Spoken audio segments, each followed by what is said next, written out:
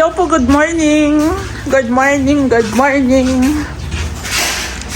So, ito po yung front extension namin na papatungan na lang po namin ng metal spandrel. Ito po siya. Ito po yung metal spandrel na napili ni ma'am na design. Medyo dark brown po ito.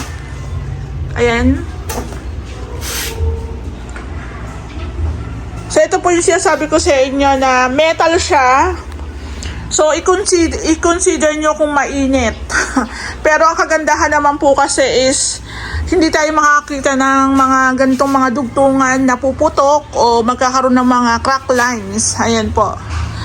Since ang gagamitin po natin is metal spandrel, tatanggalin na po natin yung mga pin lights na yan. Ayan. So, sabi nga ni ma'am, wag lang tanggalin tong Hardiplex o pine board para ito na rin po yung mag-serve as insulator. Ayan.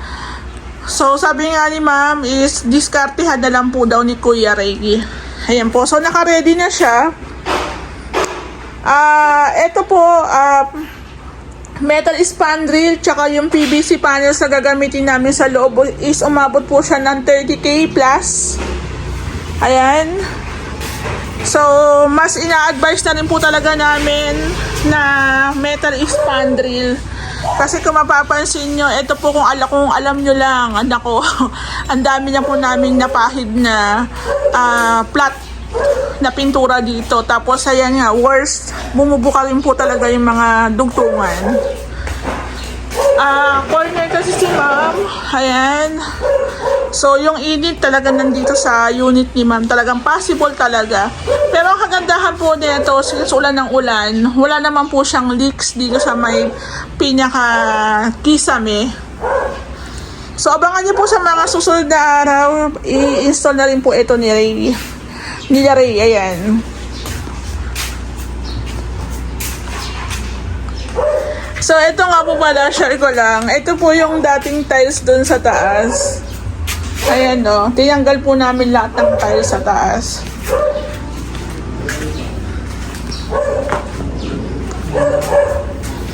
So, itong ating main door, meron ng pintura. Ayan, na-retouch niya. Ayan. Ay, wow. Picture tayo. So, isa rin po sa mga additional ni ma'am dito sa amin is yung ating TV console with storage cabinet. So, sabi niya, same na lang daw ng kulay for white, pero pang kahoy naman po yung ginamit. So, itong dalawang, ito po is, may pinto po yan, may pinto, tapos drawer pa sa baba. Drawer tayo sa baba, tapos ito open to.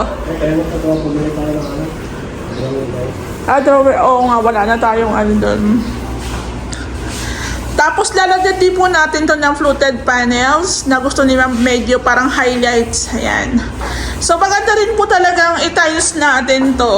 Gawa ng minsan po kasi may mga pader na hindi pantay.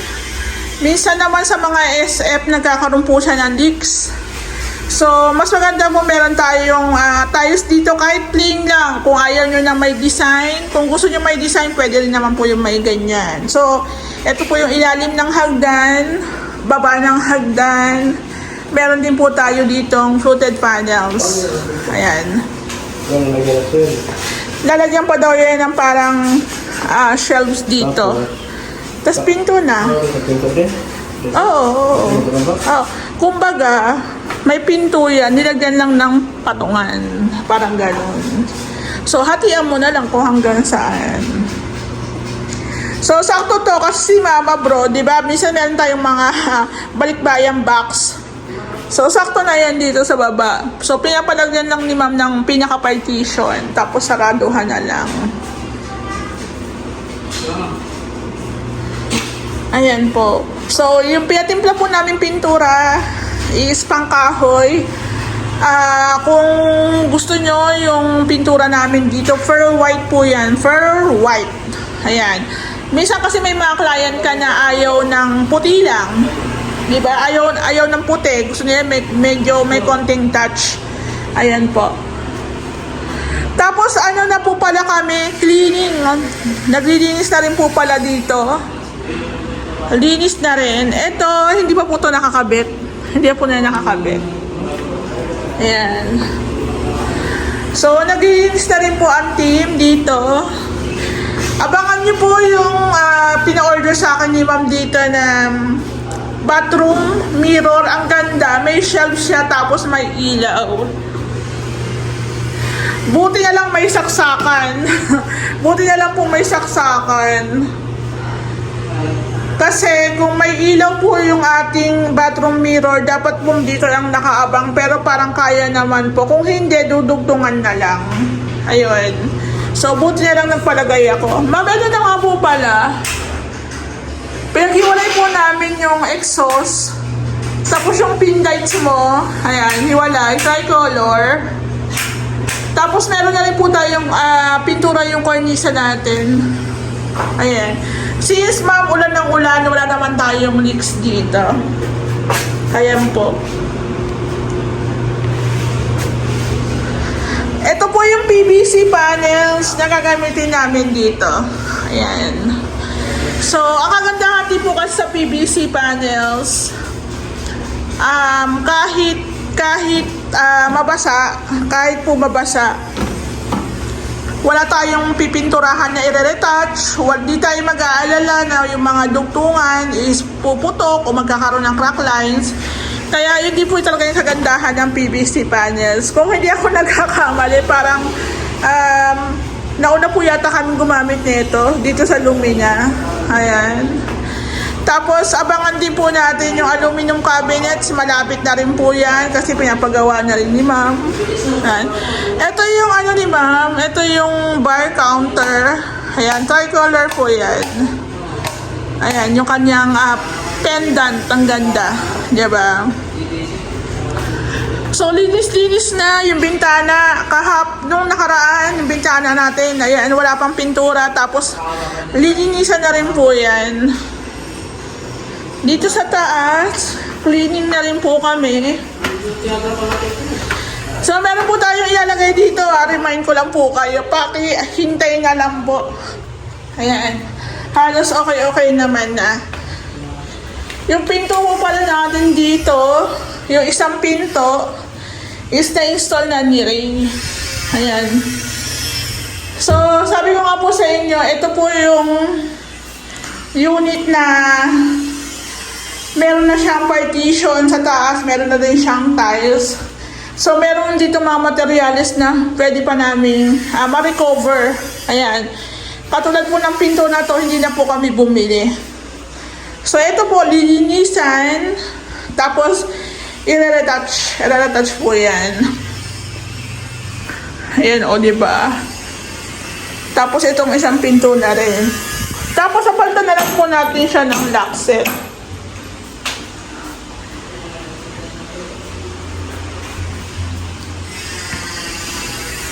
So again, ma'am, malapit na po tayo matapos. Thank you again. Wala pa man pero nagpapasalamat po ako kasi kami ang napili yung contractor. Tapos no hassle din, hindi kami minamadali. Sarap magtrabaho. Hanggang sa feeling na hindi kami nai-stress. Ayan po. So yung mga kornisa, mga kisame, i-retouch pa po yan. I-retouch pa po natin yan. Ayan o, diba? Tapos ito pong gamit natin, ililipat naman po namin to sa phase 4 kasi matatapos na si Ray dyan eh. Ayan. Baka po mamaya i-continue na niya yan. I-continue na niya ang paggawa ng ating cabinet dito. Ito, bibilihan nila po namin siya ng drawer guide. Ayan. Hello po, good morning. Update po tayo. So, ito pong TV console ni ma'am. Ngayon, meron na po siyang pintura. Fur white po yan. Same lang po sa wall. Pero yung fur white natin is pang kahoy. Kaya medyo glossy ang peg niya. Ayan. So, ito po, meron po yan mga takip. May mga takip po yan. Tsaka dito po sa baba, drawer po yan. Drawer. Tapos dito po is oven. So sa pinakagawa namin, additional po ito. Ayan, pati itong storage cabinet, ayan, request ni ma'am. So meron tayo dito parang partition, tapos tawag dito pinto. May takip po ito. So bali ito po yung ilalagay natin na drawer. Ayan, may pintura na rin po yan. Tapos ito po yung takip ng ating cabinet. O diba? Nagpatimpla lang din po kami ng pintura dyan. Eh yun po pala yung difference. Pag ang gamit mo is pangkahoy, medyo glossy. Ayan, kahit parehas lang po sila ng pintura, tawag dito. Pag ano po pala, pangkahoy is medyo makintab. Ayan. Ayan po, di ba ang ganda? Hello po, good morning. Ayan, pasensya na kung medyo makalat ang ating bar counter. Pero i-share ko lang po sa inyo itong ating pendant light. Ayan. Tricolor po at ang ating ilaw dito. Ayan. Kung gusto niyo po malaman at interesado kayo kung saan po namin siya in-order, i-message nyo lang po ako. Ayan, sa Lazada lang po ito. Ang ganda rin po niya, di ba?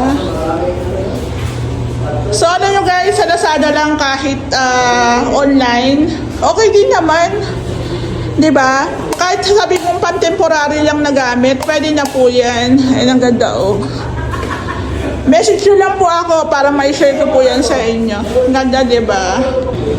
Hello po, good morning. Ito po yung ating bathroom. Ayan. Sa bathroom, mas maganda po talaga ang wall tiles na white. Ayan. O kaya may mga design na husky para mas maliwanag. Tapos, kung ang i-share ko nga lang po pala, kung halimbawa ang bathroom mirror nyo is umiilaw o disaksak, sabihin nyo na po agad kay contractor para maabangan po ng outlet. Pero since ito is meron tayo dito, ayan, gagana pa rin yung bathroom cabinet o mirror ni ma'am. Ayan po. So ito po yung ating lavatory. Ayan, ang kulang na lang yung ating gripo. Ayan, meron po siyang slab na patungan. Ang ganda. Tapos ito po yung shower set natin, oh. Ang ganda rin. Tapos dito po yung ating floor drain. Okay na po yan. Hindi lang nakabukas yung tubig. So, hindi natin matitesting. So, abangan po natin yung ating pinto dito. Ayan. Aluminum door po at ang gagamitin dito. Yung main door ni ma'am, itong bato na to is may crack line siya. Ayan. So, bali, sinasarahan lang siya ni Kuya Joseph ng ano. Ang tawag? Isip. Bora lang. Bora. Ayan. Pati yung mga butas-butas, Sep. Damay mo na itong mga butas-butas. Ayan.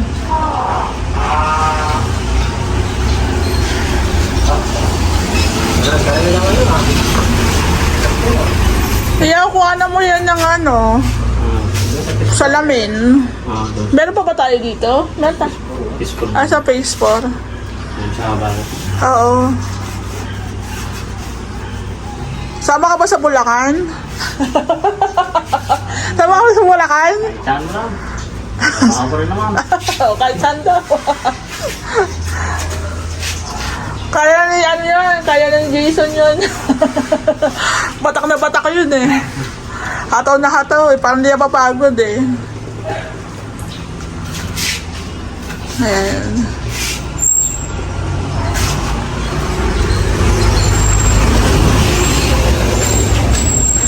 Sa mga susunod na araw, pag nandito kayo, baka yung ano ng bill ng tubig tsaka ng kuryente, baka maputulan tayo ng ano.